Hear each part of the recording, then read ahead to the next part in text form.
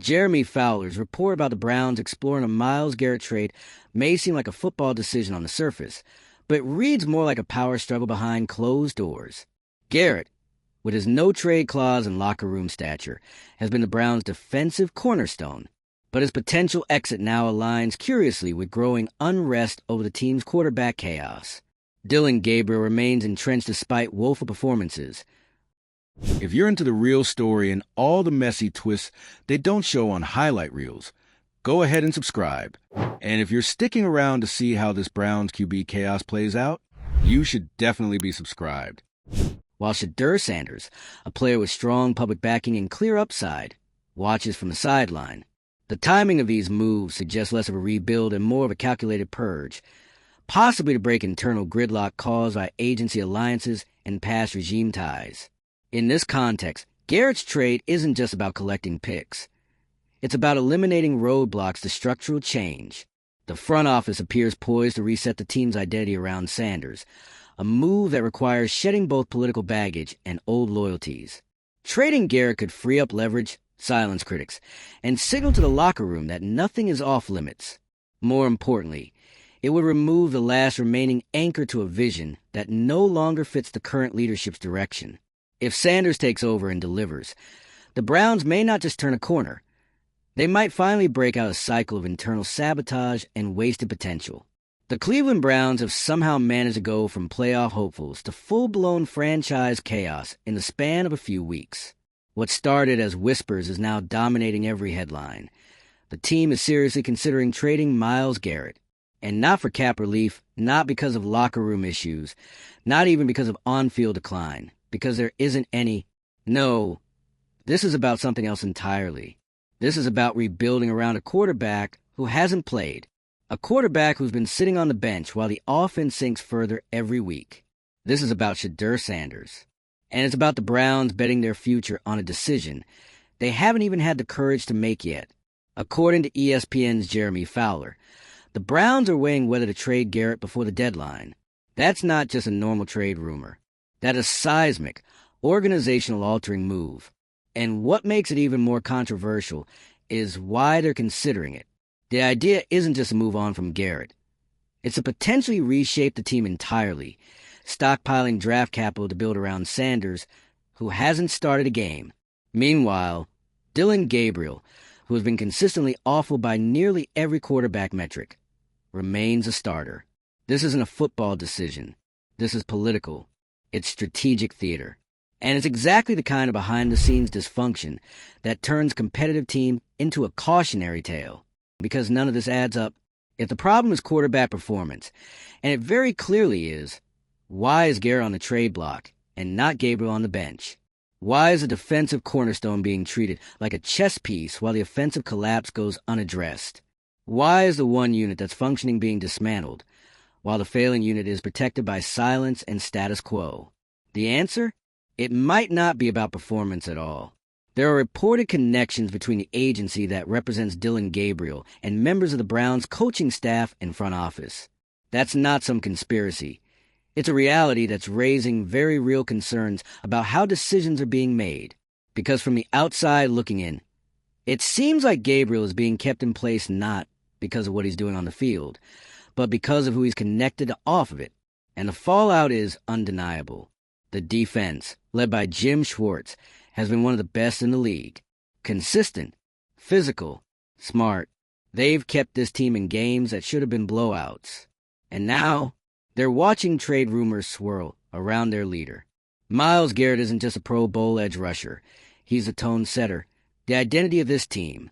And yet, with the Browns sitting at a turning point, he's the one being put on the table. All because the franchise can't bring itself to make the obvious move.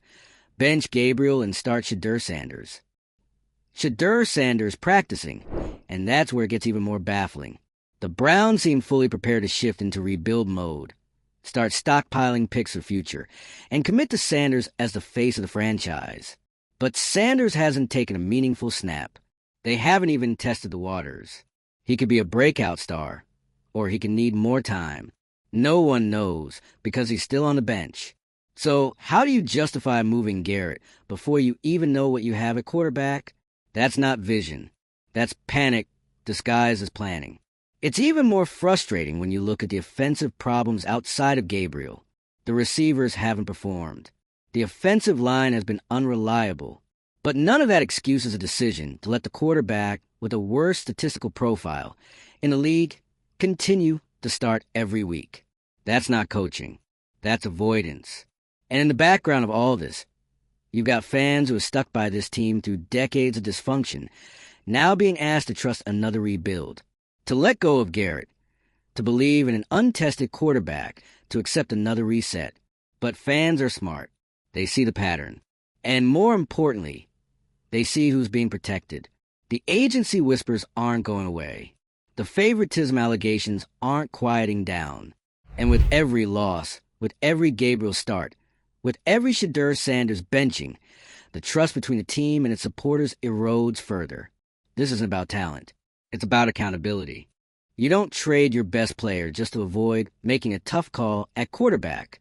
You don't ship off a defensive captain while refusing to own the fact that the offense is falling apart because of decisions the front office won't explain. This isn't how functional franchises operate. And what's even more insulting is the way it's being framed. This isn't being sold as a panic move. It's being spun as a forward-thinking strategy, a rebuild, a reset, as if fans haven't heard that pitch a dozen times before. But you don't get to pitch a reset if you haven't even tried to fix the problem you already have. And you definitely don't trade Myles Garrett just to cover for quarterback loyalty. If the Browns truly want to move forward, it starts with making the honest call. Bench Gabriel. Start Sanders. See what you have, and then make the decisions that come with that. You don't make those decisions in reverse. That's how you burn a roster down before it even has a chance to gel. If Sanders plays well, then sure, talk about long-term plans. Talk about building around a rookie deal. Talk about what you can get in return for aging assets. But doing it now, while the quarterback situation is unresolved, is reckless. Because if Sanders isn't the guy, if this rebuild starts with a miss under center, then trading Garrett becomes a catastrophic misfire. You've lost your defensive foundation and tied the next 3 years to a quarterback you weren't even confident enough to start until the building was already on fire. It's not just risky, it's backwards. The Browns don't need to start over. They need to stop lying to themselves. The path forward isn't about first-round picks. It's about leadership. It's about making decisions based on football, not relationships. It's about putting the best players on the field and holding everyone else to that same standard. That starts at quarterback. If Sanders is the future, start him. If he's not ready, say that. But don't use Garrett's name as a way to cover for the silence. Don't pretend that moving on from your best player is a necessary sacrifice when the real sacrifice would be admitting the current quarterback situation is broken. And to the fans, you deserve more than this. You deserve transparency.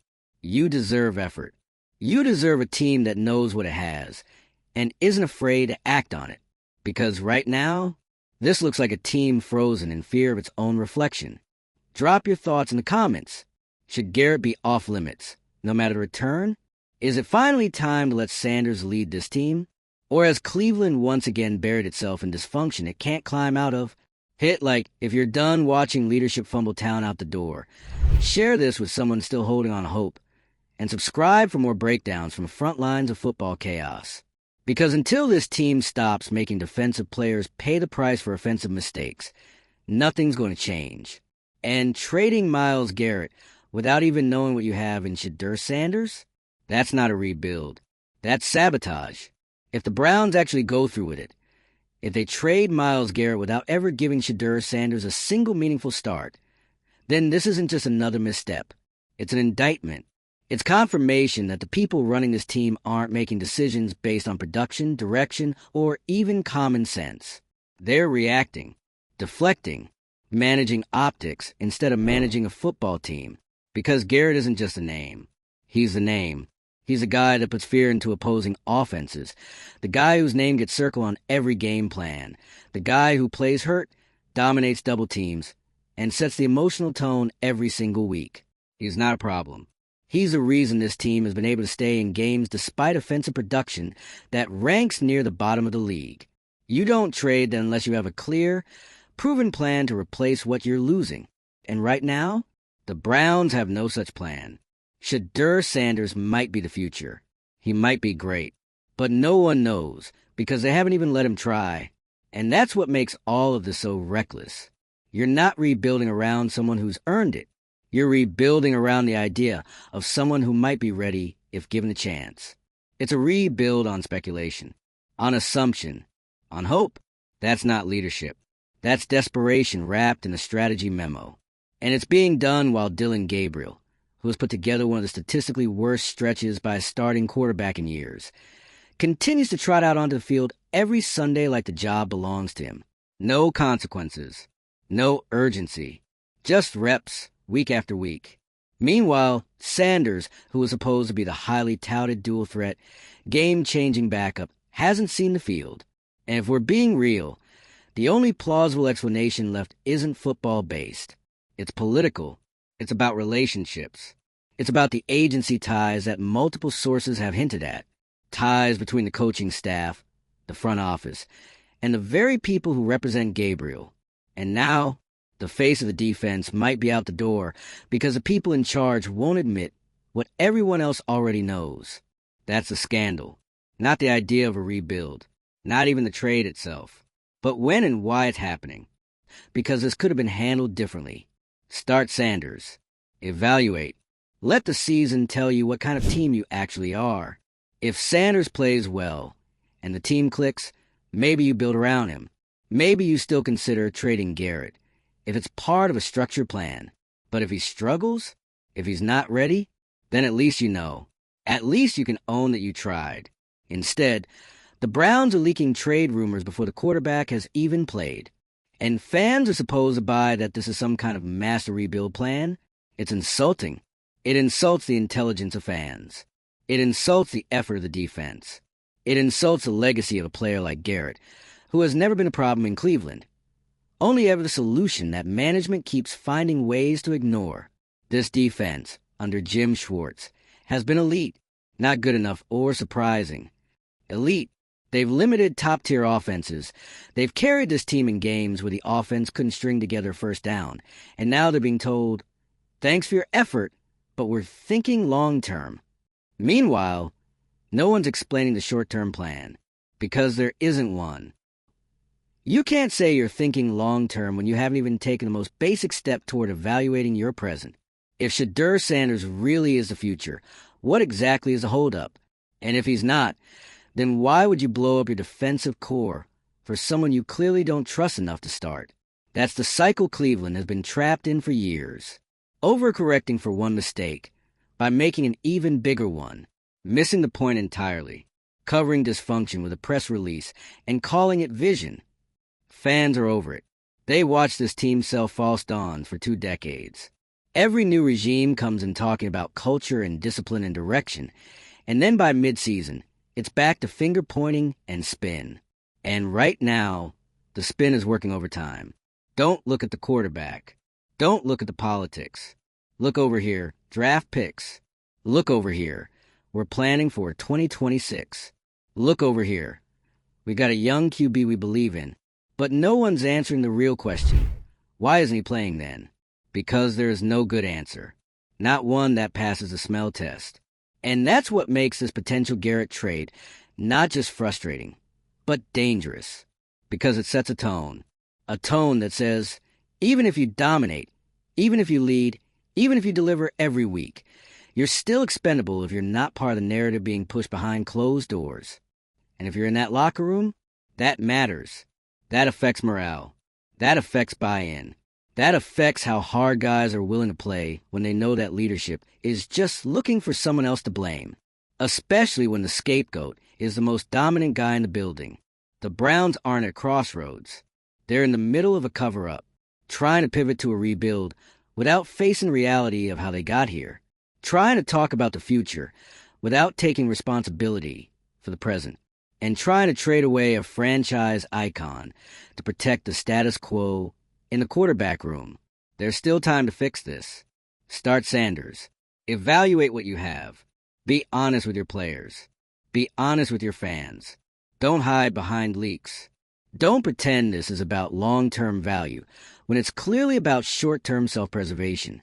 Because if the Browns trade Garrett now and Sanders doesn't work out, it's not just another failed rebuild. It's a full-blown collapse. And this fan base? They've already lived through enough of those. Let's be very clear. The soul of this team has a name. This isn't a player who complains in the media.